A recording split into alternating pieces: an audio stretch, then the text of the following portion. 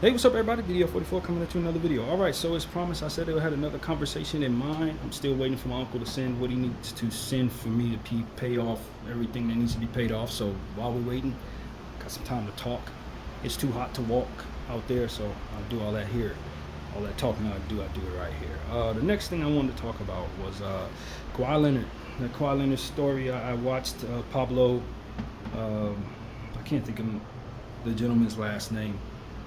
But he dropped an entire episode of his podcast, essentially exposing the alleged shell company that Steve Ballmer was paying Kawhi Leonard with.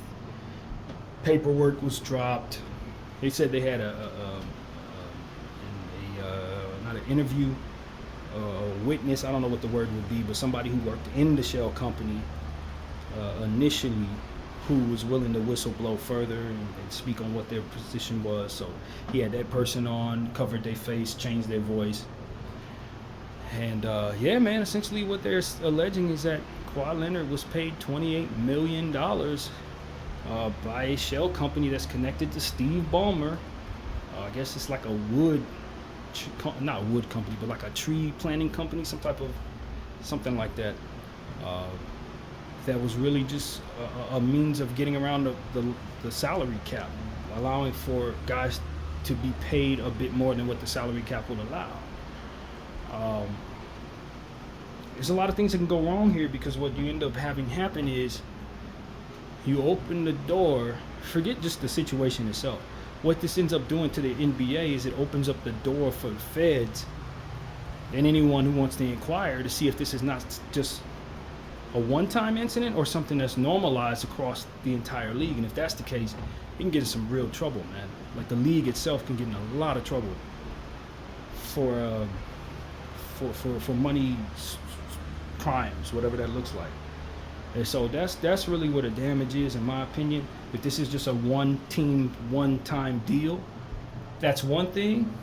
But in the presence of this salary cap being something that people have been complaining about for the last couple of years, and the change in the salary cap with the apron cap and with the apron era that we're in, yeah, it stands to reason why one would think this might be something that other teams are doing as well with their players.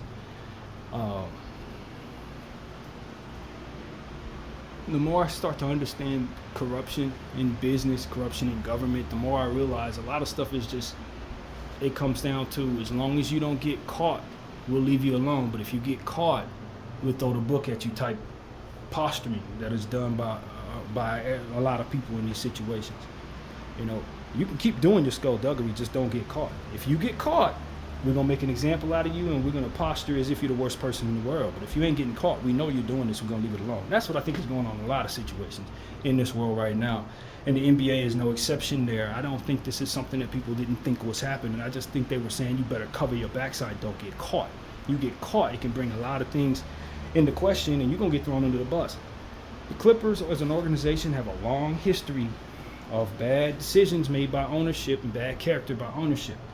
And we know the history with Donald Sterling and all of his different stuff. Fast forward to where we are right now, Ballmer's one of the richest people in the world. Probably, I think they said the 6th richest man in the world or something like that. And this is what I said a couple of times leading up to this situation on this channel, when you allow big money to come into a situation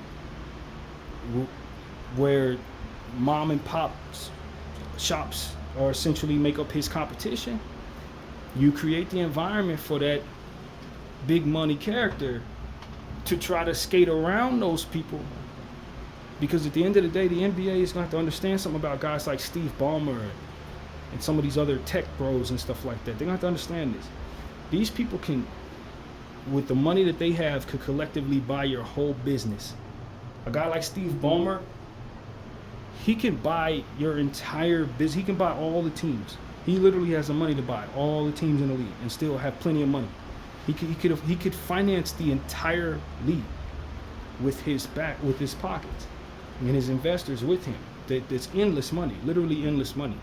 When you talk about Mr. Walter and you look at who's behind Mr. Walter, the guy who just bought the Lakers, their money goes on forever, man. They got oil money.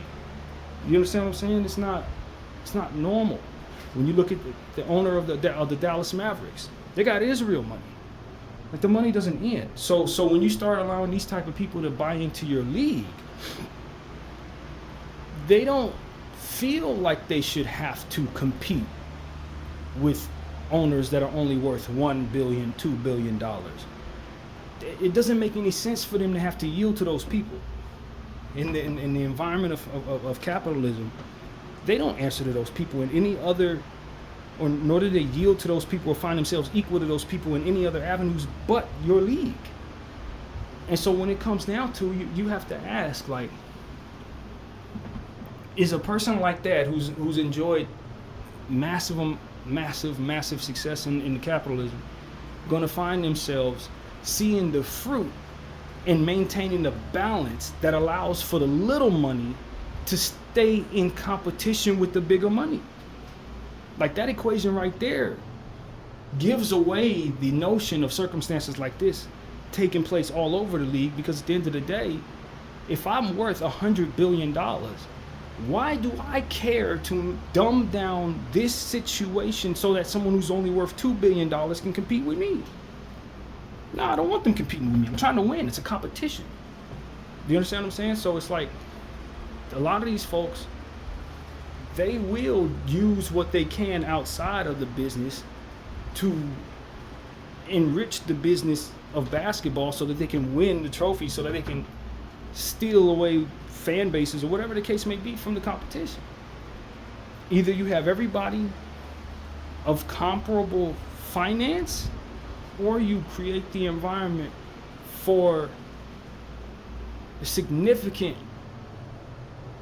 corruption. And that's what I think the NBA is dealing with. Once you start letting oil money in, you can't ask oil money to just only pay a certain amount on the salary cap and allow for somebody who makes thousands of times less than them have the best player because that player just happens to want to play for that team. No, I, with my money, can get that player. A guy like Wembanyama, he's sitting on the Spurs. Let's say the owner of the Spurs is worth $2.5 billion. I'm Steve Ballmer. I got $175 billion. But you got this salary cap essentially telling me that I can only pay Wembanyama $400 million. Which, when it comes down to it, means that whatever my investment in this basketball team is, it's capped off not by my potential to invest, but by the confines of a system that allows for the little guy to be able to compete with me. When I could buy this thing 3 times, no, that doesn't make any sense. That doesn't make any sense for me to capitulate to that, because the logic only benefits the little guy who can't afford to stay in the game with me. You see what I'm saying? It's just like, it's one of those situations where you have to understand, like, at some point in time, you change the dynamic of what it takes to play the game. If I'm going to sit down with my little $300 and I sit at a poker table with Michael Jordan, LeBron James, you know what I'm saying, and people like that, then I'm not going to be able to play. You understand what I'm saying? I'm not going to be able to play. Or if I got a bunch of, if I'm sitting here with all of my friends and we got our little $200, $300 on the table, and then LeBron James and Michael Jordan walk over to our table and get in our game, now suddenly we can't afford to play our own game no more because they've taken the game from us. It costs more than what we can keep up with in order to even play. And so we can confine the game by saying, oh, it's only a $300 cap. But it makes no sense for those guys to sit at this table anymore. If it's a $300 cap, why would they play? That's not worth their investment. And so what this dynamic is you've allowed those big guys to come sit at the table with my friends. And essentially what you're saying is the logic that we all agree to is so that my friends can stay in the game. My friends have been kicked effectively out of the game because now it's a big money game. My friend, the logic shouldn't be built to make it so that I can keep up with them. The logic is to push people like me out of the game and bring in more people like Michael, more people like LeBron, so that it can be a higher stakes game.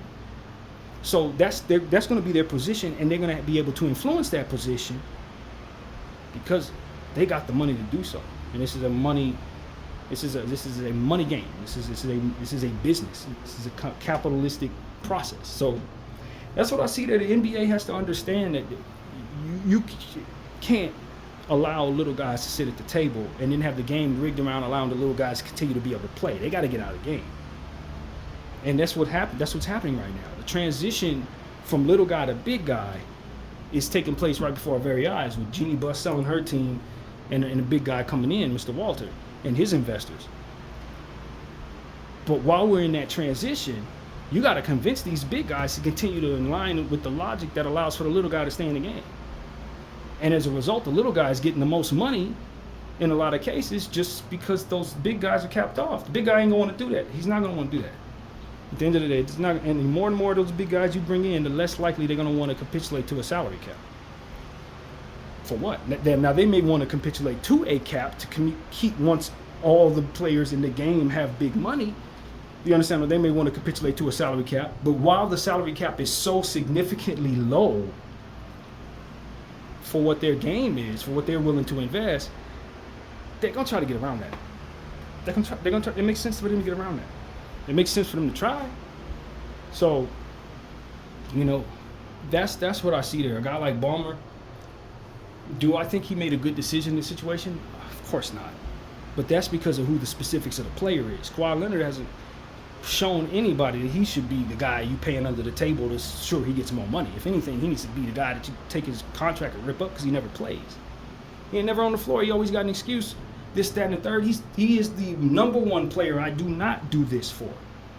But I always thought that Steve Ballmer's affinity for Kawhi Leonard as a player never made any sense anyway.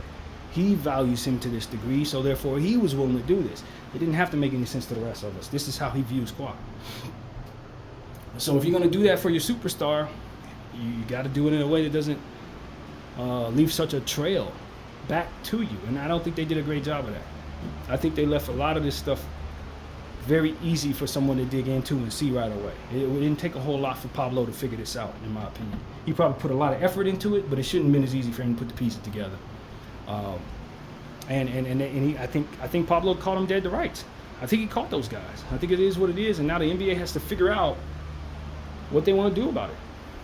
And they got to posture the right way, because if they don't posture the right way, and they allow Ballmer to get away with this, you start inserting the interests of those who are in place to try to keep people from doing weird stuff with money. You start showing them that you're corrupt, and they start investigating differently. And so the NBA is going to have to come down on Ballmer. I don't know if they're going to want to kick him out of the league. I don't think so. But he may get a real suspension. Obviously a fine, whatever the fine is, he can pay it, whatever it is. They can make it steep, but it ain't going to be steep enough to hurt him at all. So I don't think financial fines is the way to go if they're serious about sending a message. Not when a guy like that. It can't be his pockets that you have to attack. You got to attack his ability to maneuver within this cap. You're going to take picks from him. You're gonna cancel that contract with Kawhi Leonard. You know what I mean? You're gonna make it so that he can't come into the arena or whatever, even though it's literally his building. But like, you're gonna make it very difficult for him to maneuver. You got to take a lot of picks from him. That's essentially what you're gonna do. You're gonna take picks from him. You're gonna say that he has to.